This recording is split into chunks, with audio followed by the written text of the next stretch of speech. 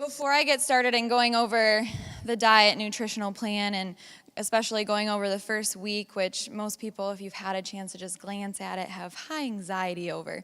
I do want to talk to you just a little bit about my big why. So I started my whole diet, my whole nutritional revamping about 5 years ago. And when I started it, my big why was to look good in a bikini, to look pretty and thin. And over time and time again, I fell flat on my face. And it wasn't until about a year and a half ago that God kind of started to develop my big why.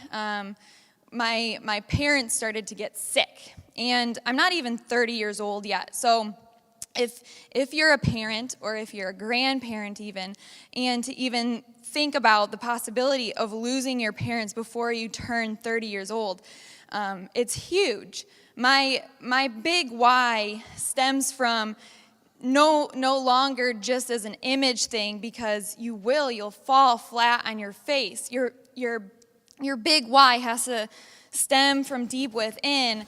I don't want my kids to have to go through this before 30. I want to be around for my kids and my kids' kids and their kids, because just like Dr. Brandon said, we're programmed to live to 120 years old.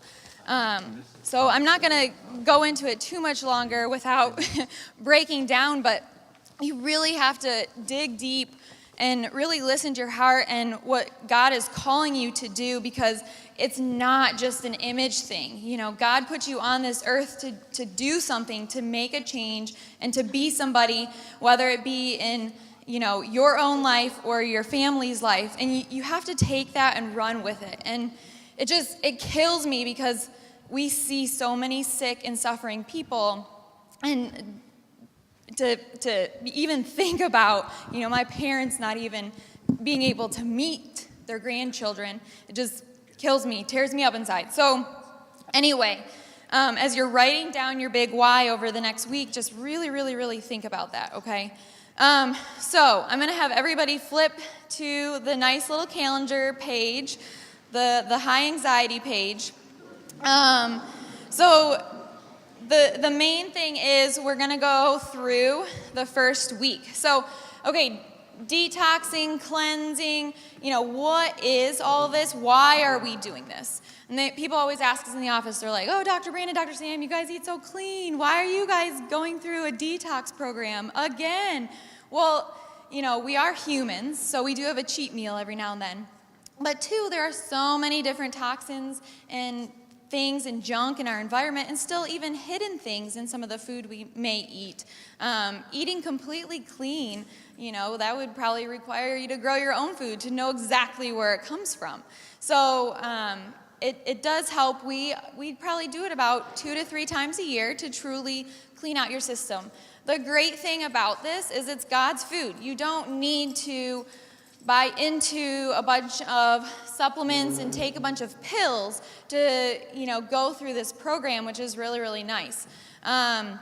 So the first week is kind of simulating a fasting. So the good things about fasting. So we live in a culture where we're always on the go.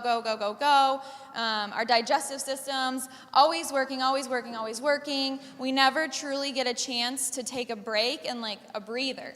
So when you're always going, you guys always probably feel tired then. So if you think about that's how you feel on the inside as well, with your stomach and your gut and your whole digestive intestinal tract, it starts to get tired. And then people wonder why years down the road we have a huge epidemic of colitis and IBS and bowel cancer and all that different type of stuff. So it's super, super important to go through a fasting situation, not only on a physical level, because there are huge physical benefits, but on a spiritual level as well. And as you're going through this week, you're gonna go through some mental challenges, and you're gonna get closer to God. Like, that's just a hands down.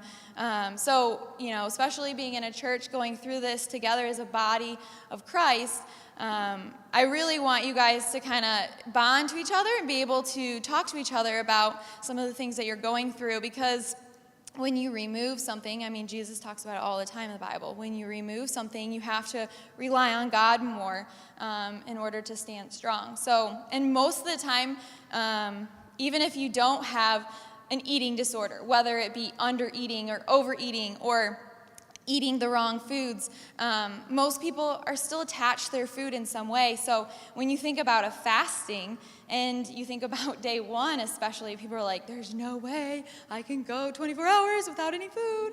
And you start freaking out, especially guys, which I'm really surprised about, because guys tend to be the big, tough ones or whatnot. But this is a day that, don't be surprised, men, if it's like a little bit more of a struggle to go through. So, the fasting day. So, no solid food, only water. You can have coconut water.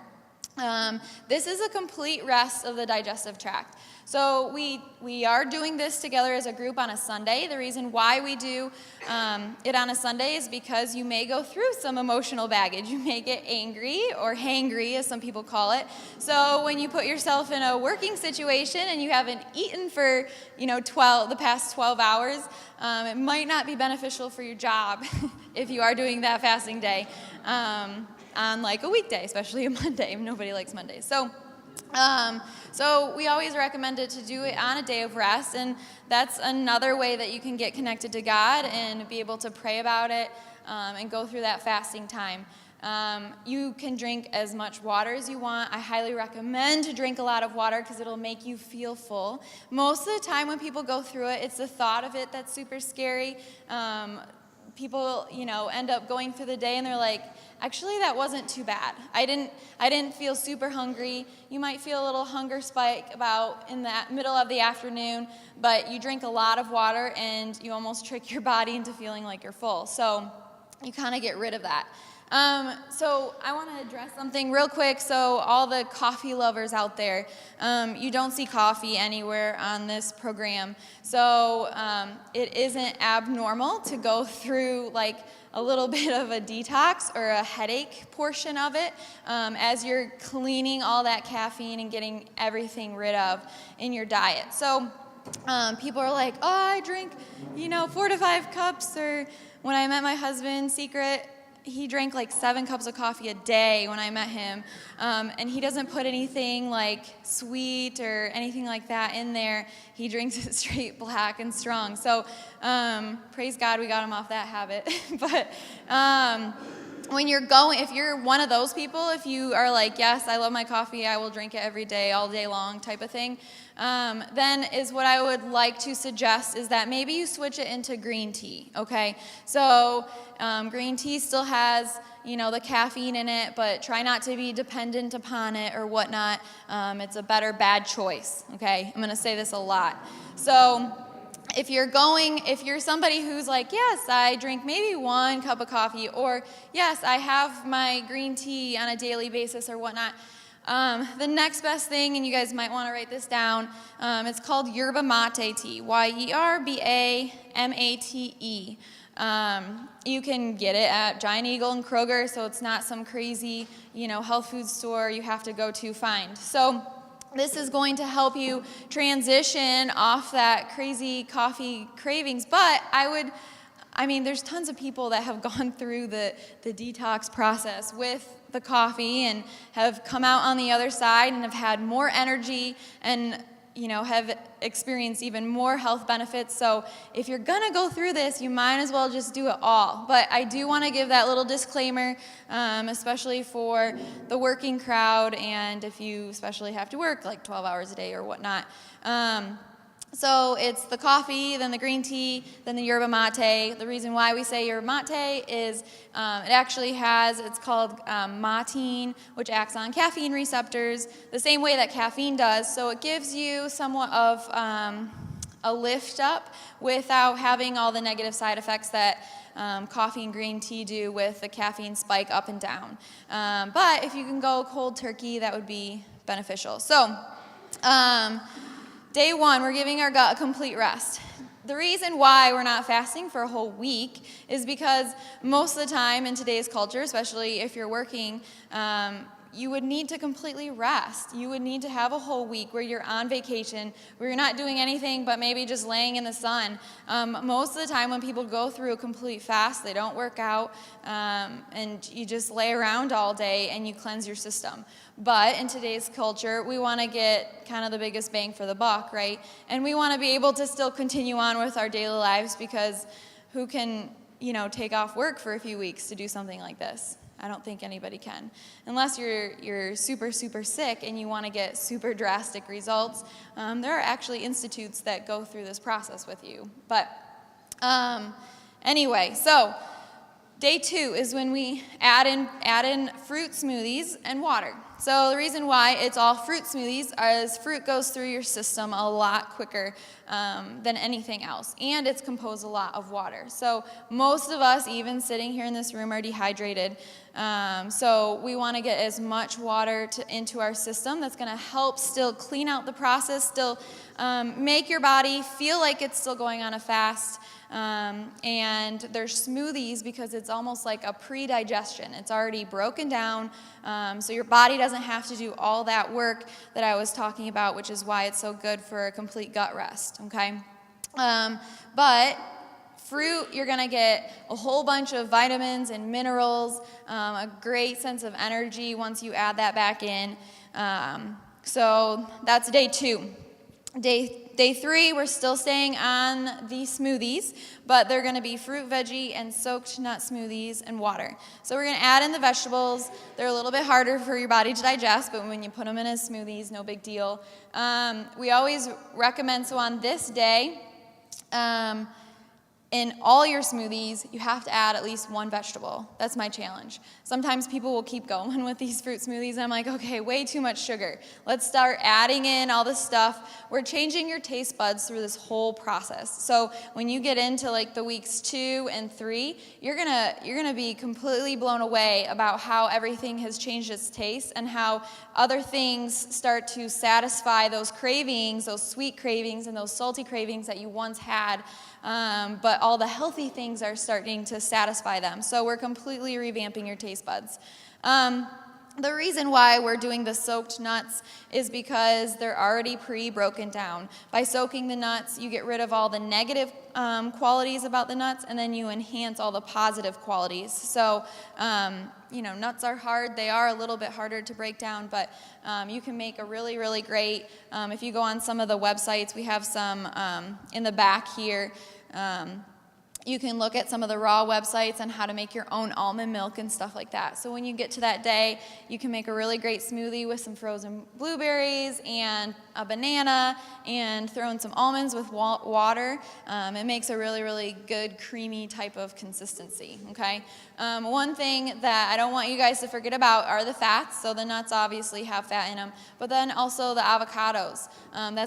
You can throw that in with your smoothies. That's going to be really great, create another really creamy type of consistency within your smoothies. So day 4 is when you can have the solid fruits, vegetables, everything's all raw. So why is everything all raw? Well, you get live digestive enzymes when you eat raw fruits and vegetables that help break down your food a lot better. And plus, when you cook things, you cook out all the vitamins and minerals and whatnot. Well, not all of them, but you want to retain the freshness of the food as much as possible so that you can absorb the maximum amount of energy from it. So when you can start to eat the solid fruits and vegetables, that's when we can add in our healthy oils and like organic balsamic vinegar. So, for a little bit of salad dressing, still no salt seasonings or anything like that. But it really helps to, kind of crunch down on some of those vegetables. And oils. So, this kind of applies, so when you can start cooking with things, you only want to cook with the coconut oil. The reason for that is it has a high melting temperature, and it doesn't break down into the bad fats when you cook with it. You can use olive oil raw and on salads and whatnot, but when you cook with olive oil, it breaks down into the bad fats. So just like you hear about the vegetable oils and whatnot, and how they're, bad, they're basically rancid oils, okay? So just like I said, the olive oil, when you cook it, it turns into a rancid oil. So those are the bad fats that Dr. Brandon was talking to you about. But good fats when eaten raw, okay? So when we move on to day 5 is when you can add in your whole nuts. They are all still raw, so no roasted, no salted, none of that stuff. We want it basically how God made it. So if you can see it grow from the ground, or you can pick it from a tree, you can eat it. That's God's food.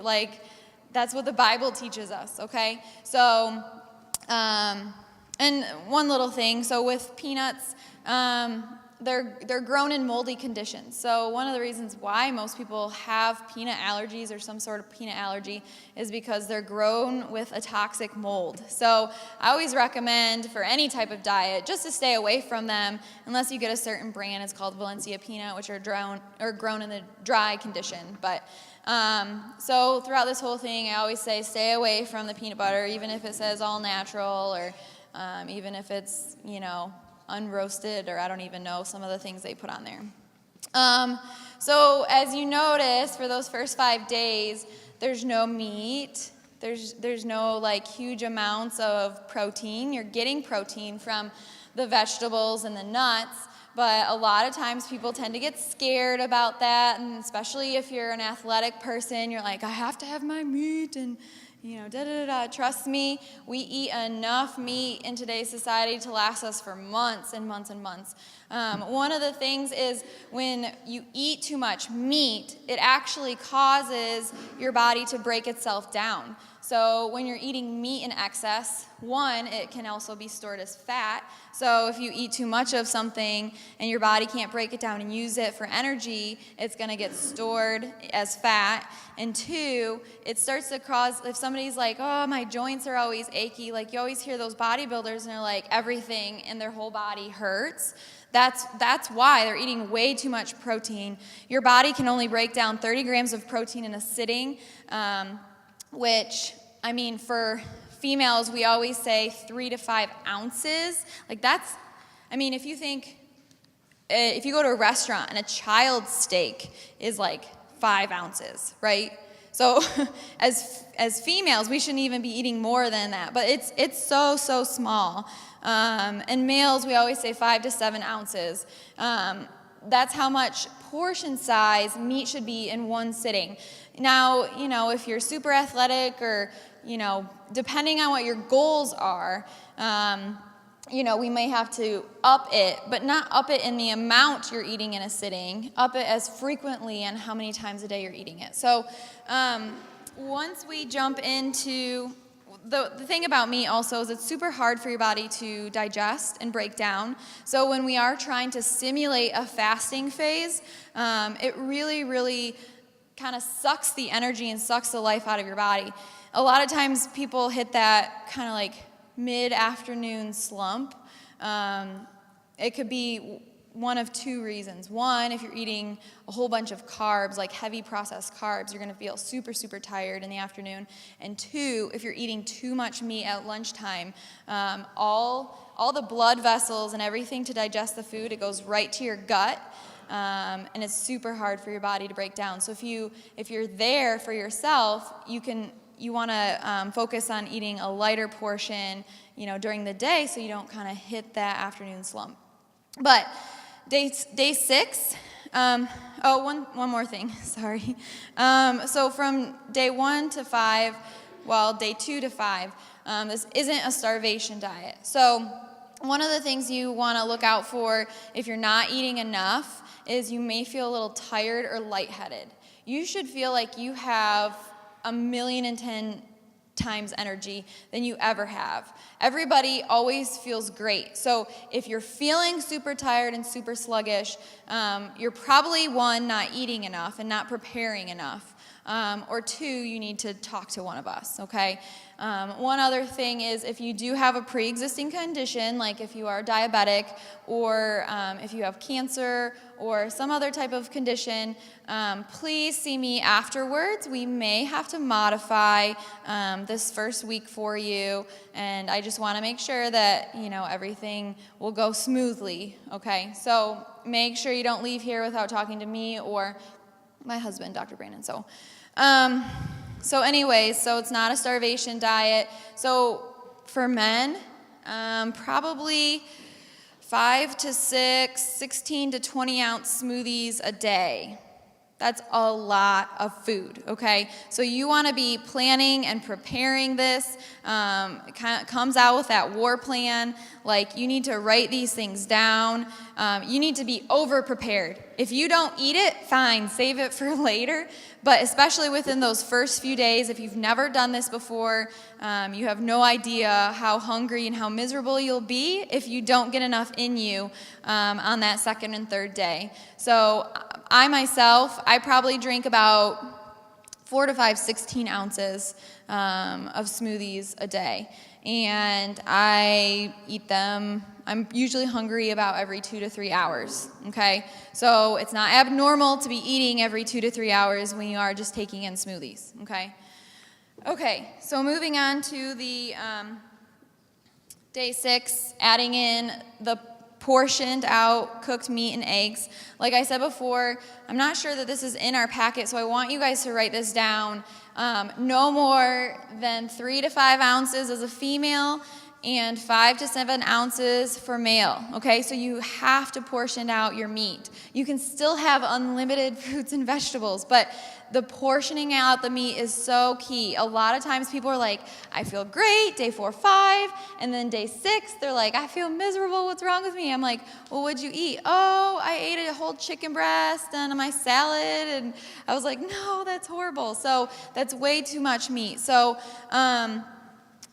for myself, I feel best when I have about 3 ounces of meat 3 times a day. So we'll be able to play with this once you get to this point. You'll be able to tell with your energy levels, but people will be super surprised on how little amounts of meat that you really do need in your diet. One of the other things is it's quality versus quantity, okay? So if you're gonna do organic in anything in your life, you wanna go through and be organic in all your animal products, okay? So look for the things of no hormones, no antibiotics, grass-fed, cage-free, all those things. You have to be super, super conscious about because they stick a bunch of junk and toxins in your meat and your eggs, okay? So, that's day 6 when you can add it in. Day 8 is when you can add in your spices. So make sure you're reading the label with your spices because they tend to stick a lot of like MSG and junk in them.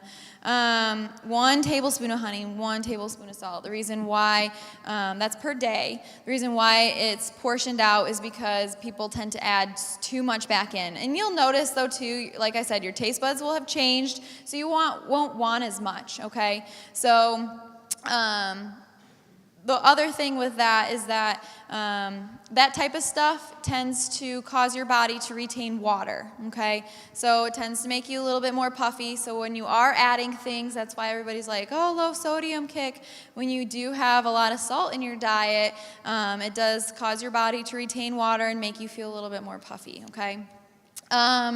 But there's tons of great raw websites. Once you're in that second week, it's really fun to experiment with. If you have your buddy partner or within your family, you guys are doing this as a team, really, really try and explore, get fun with it because it will get old eating the same salad every single day of lettuce, cucumbers, tomato, olive oil, balsamic vinegar, and a little bit of salt. You will get sick of it. So just explore. There's fun stuff. But everything's still raw, so no cooked, nothing. So you're not eating for taste. You're eating for fuel. This will fuel your body. You will feel great.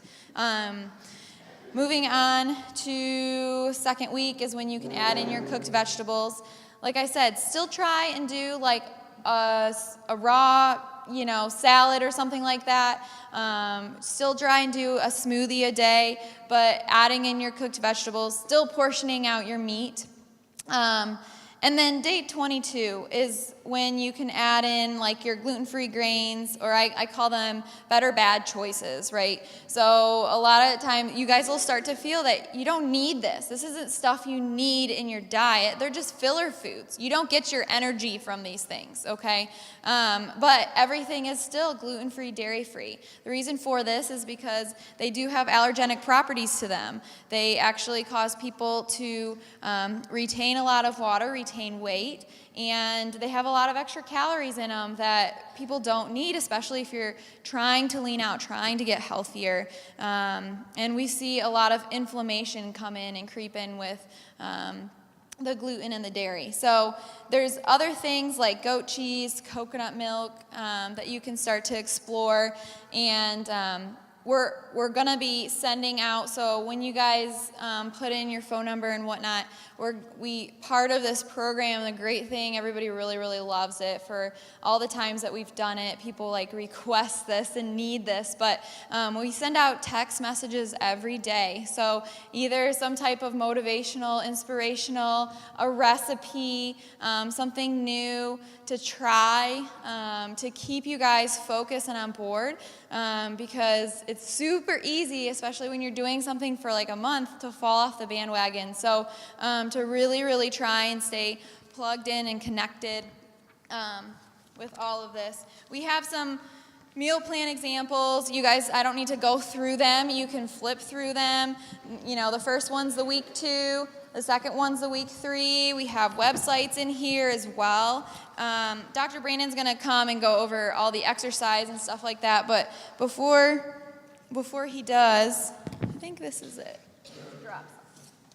I want to go over our event reminders. So not only are we going to be sending out text messages every day to keep you guys plugged in so you don't fall off the bandwagon. And it's super important to have a buddy partner and whatnot. But it'll also be super, super important to come to these events. So this Tuesday is our first event. Before we actually start the cleanse, we're actually going to be going through Earth Fair. We're doing our shop at the dock. I'm going to give you more nutritional information, more reasons on why we're doing these things, and what to look for when you go into a store like that, because it can be overwhelming sometimes when you're completely revamping your diet. So super, super important to be there and to come to this. It's going to be great, especially, like I said, for people who haven't done this before. We're also having our exercise workshop at 7 p.m., Cornerstone, 6:17. So that's another thing. You want to learn more. You want to get plugged in more. You want to keep this going. You want to be equipped for your life. Like, this isn't just for this month. Like, this will change your life. You have to stay plugged in. You have to find accountability partners. Those people who are going to tempt you to go out to dinner, to all the bad places, and try and get you to go and do, your other thing. If your husband or wife is by you and is like, oh, well, we can go, but let's make the better choice on the menu. You need to get plugged in, okay? This isn't just, 1 month of your life that you just want to do this to lose weight. Like, you guys want to stick with this, right? Right? Like, this is a life change. Like, you guys want to be here for your kids, weddings and graduations, and you don't want to be, standing up here having the big why because, your parents might not live past your age of 30. Like, that's huge, right? So, before I get emotional, and then 7-1, we have our toxicity workshop. So that's also going to plug you guys in to getting rid of some of the other environmental toxicity stuff that could be causing some health issues in your lifestyle. And then we also have a lady coming in. She's doing our food prep demo. So people who plan on making this a permanent lifestyle change, she's going to teach you how to maintain like the third and the fourth week for the rest of your life. How to meal prep in an hour for the whole week. Like, that's super valuable information. So you want to make sure that you're there for those, especially if you're a family. It's super hard to plan for the kids and, plan for yourself and plan for your husband. So you want to put this on your calendar. You want to make sure you're going to come. And that way, too, you'll be able to plug into everybody else and see the amazing changes, because we get to hear them.